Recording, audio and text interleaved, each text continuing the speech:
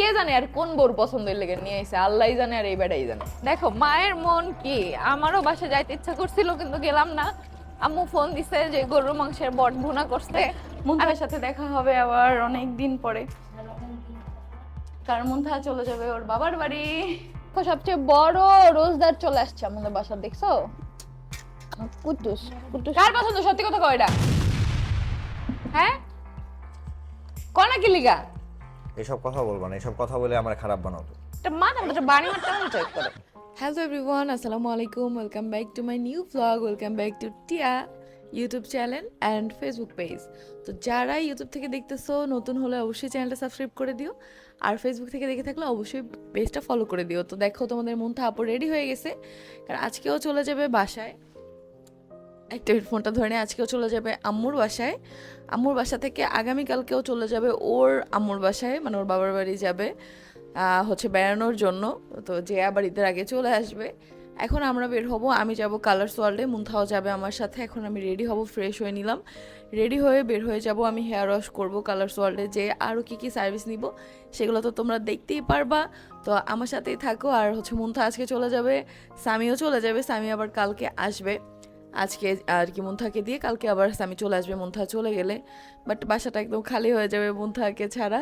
যাই হোক, চলো এখন রেডি হয়ে কালার্স ওয়ার্ল্ডে যাই।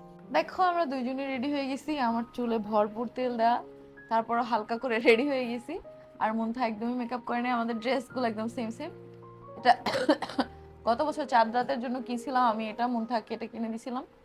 আর আজকে আবার দুজন সেম পরে নিছি। এখন আমরা চলে যাব, বের হয়ে যাবো কালার্স ওয়ার্ল্ডের উদ্দেশ্যে। আর ওরা ওইখান থেকে সরাসরি বাসায় চলে যাবে, আর আমি আবার বাসায় চলে আসবো। আমাদের সাথে যাবে সামি, রাব্বি আর হচ্ছে সোহাগ। তো চলো এখন আমরা বের হয়ে যাই। আমরা বের হয়ে গেছি, এখন চলে যাচ্ছি। এই দেখো মুনতাহার গাট্টি বস্তা, ও বাসায় যায় আজকে আবার প্যাকিং করবে না? হ্যাঁ তারপরে কালকে চলে যাবে, মুনতাহার আম্মু আসবে ওকে নিতে।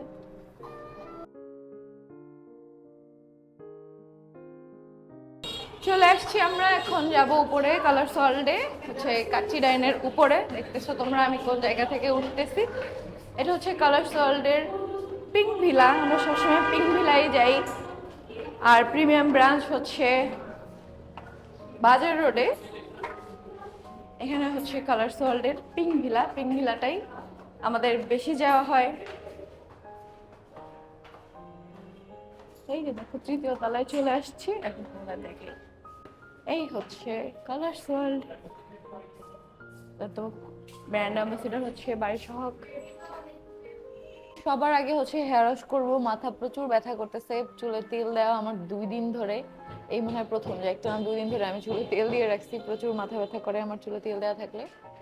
এখন হচ্ছে মানুষের শুনি যে তেল দিলে নাকি মাথা ব্যথা কমে, বাট আমারও মাথা ব্যথা উল্টা বাড়ে। আগে হচ্ছে হেয়ার ওয়াশ করবো, তারপর দেখি অন্য কোনো সার্ভিস নেই কিনা। রিসেন্টলি আমি ম্যানিকিউর পেডিকিউর করছি, তাই হাত পায়ের অবস্থা খুব সুন্দর, তাও দেখি। আর মধ্যে হচ্ছে এখন হট অয়েল মাসাজ নিবে, দেন হচ্ছে হেয়ার ওয়াশ। না আর কোনো সার্ভিস নিবি? একটা আগে নেই, একটাই নিলাম না। শরীর ভাল লাগতেছে না, মানে রোজা আসার পরে মনে হয় যেন অলসতা আমাদের আরো বেশি বেড়ে গেছে। তো আগে আমি হেয়ার ওয়াশ করবো, আর মধ্যে হচ্ছে হট অয়েল মাসাজ নিবে। আমি এতবার কালার্স ওয়ার্ল্ডে আসছি, বাট কখনো তোমাদের সাথে পুরো ডিটেলসে শেয়ার করি নাই যে ওদের এত সুন্দর সুন্দর কিউট কিউট কর্নার আছে যেখানে তোমরা ফটোশ্যুট করতে পারবা। আর খুবই অ্যাস্থেটিক একটা হচ্ছে স্যালন বলতে পারো, আমার খুবই ভালো লাগে। আমার সব থেকে ফেভারিট হচ্ছে কালার্স ওয়ার্ল্ডের পিঙ্ক ভিলা। কালার্স ওয়ার্ল্ডের প্রিমিয়াম ব্রাঞ্চটাও অনেক বেশি সুন্দর, আমার যাওয়া হয় নাই, যদি রিসেন্ট যাওয়া হয় আমি অবশ্যই তোমাদের সাথে শেয়ার করব ডিটেলস যে প্রিমিয়াম ব্রাঞ্চটা কেমন। আর যারা কম বেশি যাও তারা আজকে কমেন্ট করে জানাও, তারা তো আগে থেকেই জানো যে কেমন। শুয়ে পড়ছি হেয়ার ওয়াশ করার জন্য। হেয়ার ওয়াশটা করলে মনে হয় আমার মাথা ব্যথা একদম ধুম করে চলে যাবে, শেষ হয়ে যাবে। হেয়ার ওয়াশ কিন্তু আমার প্রায় শেষ, এখন জাস্ট কন্ডিশনার দেওয়া হবে। আজকে আমার শরীরটা যেমন খারাপ ছিল, সেম হচ্ছে মনটাও খারাপ ছিল, কারণ মুনতাহা সামি বাসায় চলে যাবে, আবার মুন্তাহা চলে যাবে ওর বাবার বাসায়, সেই কত দূরে টাঙ্গাইল, ওইখান থেকে আবার আসবে, তারপরে দেখা হবে। ওদের ছাড়া আসলে আমার একদমই ভালো লাগে না। আমি জানি না মানে অন্যান্য বোনরা নাকি ভাইয়ের সুখ দেখে জ্বলে, অথবা ভাইয়ের বউ ভাইকে একসাথে হ্যাপি থাকতে দেখে জ্বলে, আর আমার কেন জানি না ওদের যত হ্যাপি থাকতে দেখে অত বেশি ভালো লাগে, আর আমার কাছে ওদেরকে রাখতে ইচ্ছা করে।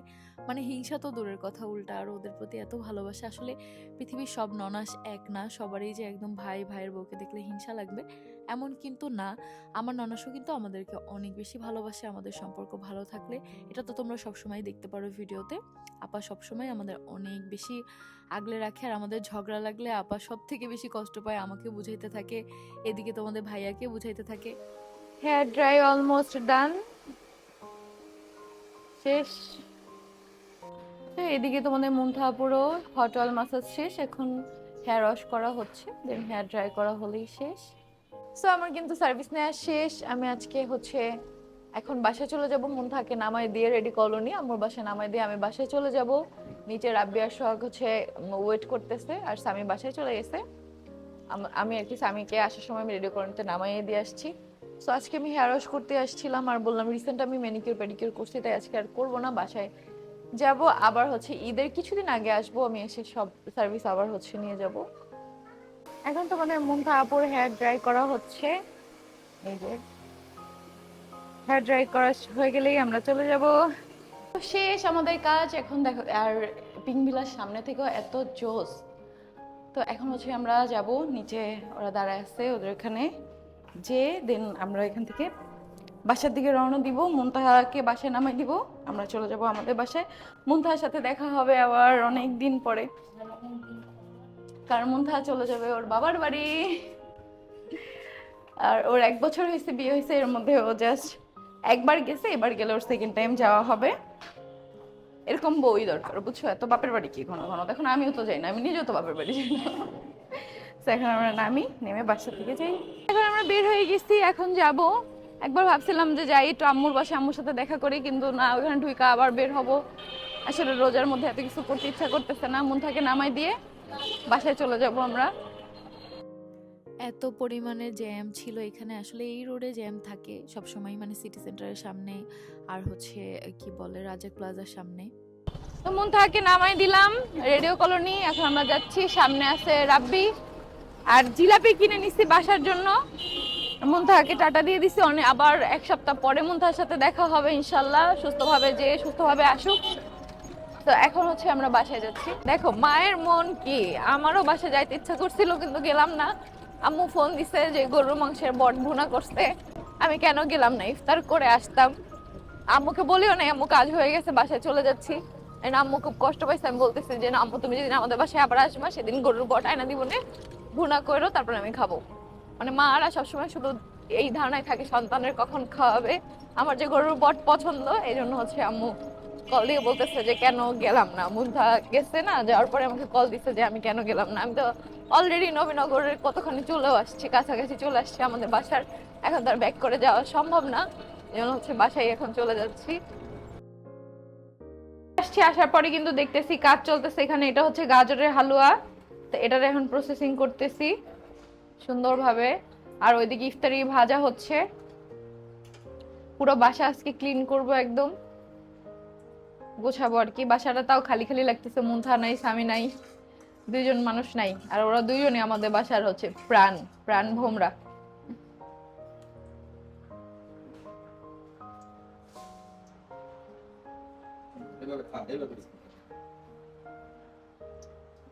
আর লাগবো পাতলা হয়ে যাবো, কিন্তু এরপর কাটবো কেমনে, খালি আমি এটা চিন্তা করতেছি। আচ্ছা ঠিক আছে, আমার কাম আমি সরাই থুয়ে দিই ভাই, এরকম।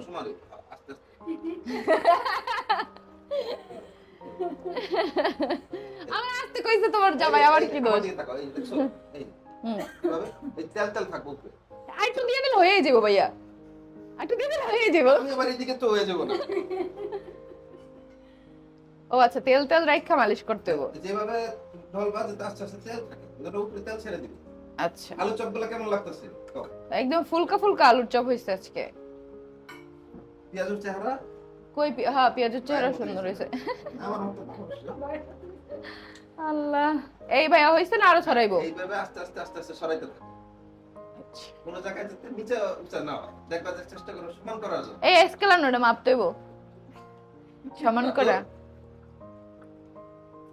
গাজরের হালুয়া চাইছিলা?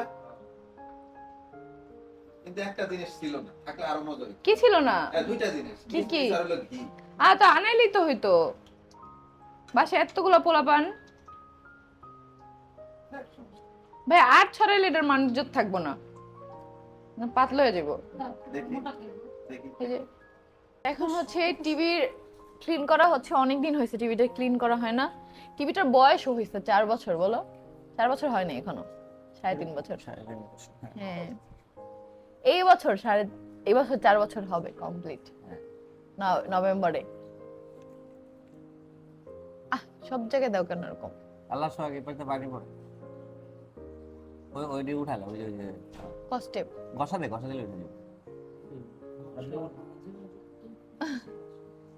আসলে টিভি কাইলে ইরফান গান গাইতেছে, ঘষা মাজা যতই করো আসলে তুমি কাইল্লা, টিভিটা তো কাইল্লাই।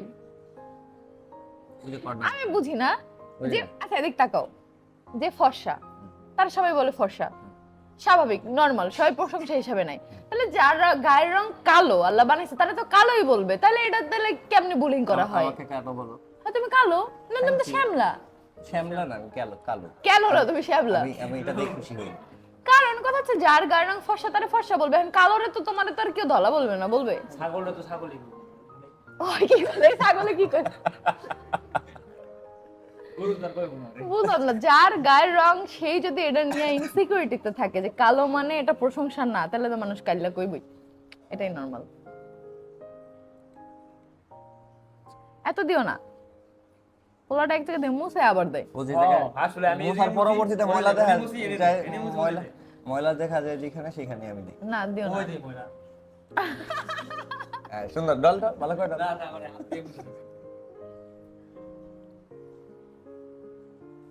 এনে যে ময়লা এদিকে তো মারলা না। ঠিক হচ্ছে শরবত রেডি করতেছি, আর তোমাদের ভাইয়া ইফতারি মাখানোর জন্য সবকিছু রেডি করতেছে। আজকে 2জন মানুষ কম আমাদের বাসায়, কিন্তু আমাদের প্রাণ ভোমরা 2জন বাসায় নাই আজকে। তো শরবত রেডি, আজকে টেস্ট মিডিয়া বানাইছি, এটা আমার একদমই পছন্দ না, বিশ্বাস করো এটা নোনতা নোনতা লাগে। আমার ট্যাং পছন্দ, বাট এই বেড়ায় আমার পছন্দ দেখি আনে নাই, এটা কে জানে আর কোন বোর পছন্দের লেগে নিয়ে আইছে, আল্লাহই জানে আর এই বেড়াই জানে কার পছন্দ। সত্যি কথা কয় এটা, হ্যাঁ কনা কি লিগা? এসব কথা বলবা না, এসব কথা বলে আমার খারাপ বানাও তো। এটা মাথা মতো বাড়ি মারতে এমন চেক করে, খালি কিছু কই না। আর আজকে এসব আমাদের কোন বউ বললে আমার মাথায় ঢুকে যায় হচ্ছে কি আমার 2 বউ। ছি, এগুলো ভালো কাজ না, সরো। আচ্ছা যাই হোক, আজকে আমাদের আন্টি কি করছে বলি। আন্টি যখন ঝাল খাবার বানায়, সব ঝাল মিষ্টি, কালকে পায়েস রান্না করছে আজকে ইফতারিতে খাওয়ার জন্য, আবার আজকে সেমাইও রান্না করছে। 2 ধরনের মিষ্টি একদিন রান্না করছে। কে খাবে আল্লাহই জানে, একসাথে এত মিষ্টি। এমনিতে আমি বাদে বাসার সবাই মিষ্টি জিনিস খুব কম খায়, কেউ কেউ তো খায়ই না, আমি একমাত্র যে মিষ্টি জিনিস অনেক বেশি পছন্দ করি। তাহলে আর তুমি খাবা। আমি সমাধান তো হয়ে আমি গেল। ওই পায়েস তো আমি খাই না, ওটা জানি কি চাল, আর সেমাইও এখন খাবো কিনা জানি না। আর এখানে সবকিছু ভাজাভুজি রেডি হয়ে গেছে, এখন সব ওইখানে বিছানা চাদরটা বিছায় তারপর সবকিছু নিব। সবকিছু এখন এখানে গোছাইতেছি। আসলে এই যে ইফতার টাইমে সবাই মিলে একসাথে কাজ করি, এটা অনেক বেশি ভালো লাগে। প্রত্যেকটা বাসায় তো সন্ধ্যাবেলায় একই কাজ, আজানের আগে সবকিছু গোছানো। কি অদ্ভুত তাই না? কয়েকদিন পরে রোজা শেষ হয়ে যাবে, তারপরে এই দিনগুলাই আমরা অনেক বেশি মিস করব।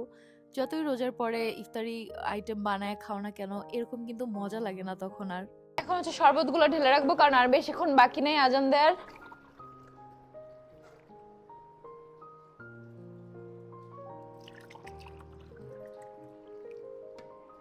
টেসমির কালারটা কেমন দেখো। সাথে আছে তোকমা, সাথে আছে ভুসি, ইসুপগুলো ভুসি, সবকিছু এটা প্রতিদিনই থাকে। আমি কাঁচা আম অর্ডার দিয়ে আনছিলাম অনলাইনে, ঠিক আছে, যে রোজার মধ্যে আম পোড়া শরবত বানাবো, কিন্তু তখন আমার জামাই আমার জীবনে এমন ঝড় আইনা দিছিল, তারপরে সেই আমগুলা কে কে খায় ফেলছে, এখন মানে একটা আম আছে, আম পোড়া শরবত আর কারো রোজায় খাওয়া হইলো না। সবচেয়ে বড় রোজদার চলে আসছে আমাদের বাসা, দেখছো? কুটুস কুটুস। এই তুমি শশা খাও মা, নাও ও তোমার মতো ওরকম মা খাবে, বুঝছো? ওর ইচ্ছা এটা। তাই বাবা?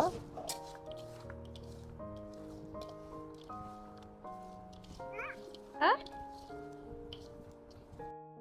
মাশাল্লাহ আজকে আলিশার মনটা একটু ভালো, শরীরটাও একটু ভালো, মাশাল্লাহ মাশাল্লাহ। এই জন্য এসে আমাদের সাথে বসে বসে ইফতার করতেছে। কোনো কিছু মুখে দেয় নাই, বাট সব কিছু ধরে ধরে দেখতেছে। মাশাল্লাহ আমার কুটু বাচ্চা। তো এখানে আমরা সবাই মিলে কিন্তু একসাথে ইফতার করতেছি।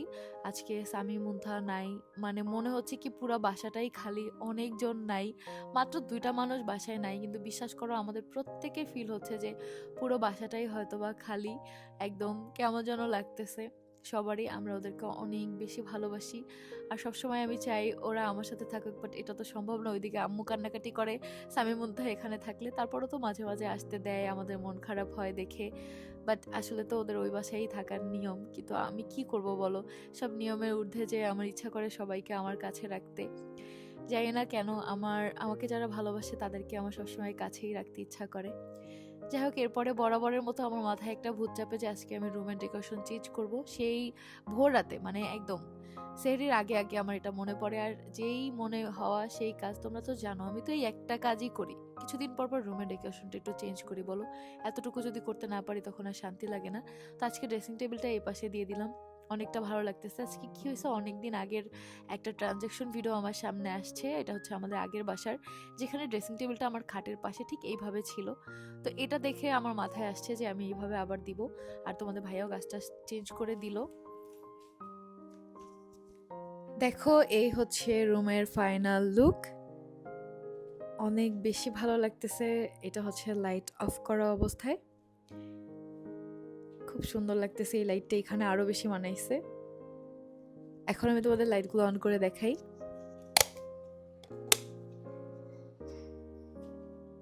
এই যে দেখো, দেখছো? এই ভিডিওটা, এই ফুটেজটা নিব দেখে আমি আলিশাকে এখন আনি নাই। আলিশা অবশ্য ঘুমায়ও নাই, এখন ওর সব কিছু জিনিসপত্র আনবো। আর এই পাশে টেবিলটা দেখতেছো, এখানে হচ্ছে আলিশার সব জিনিসপত্র রাখবো, এই জন্য এই জায়গাটা ফাঁকা। দেখো তোমাদের ভাইয়া ক্যামেরা দেখে এমন করতেছে।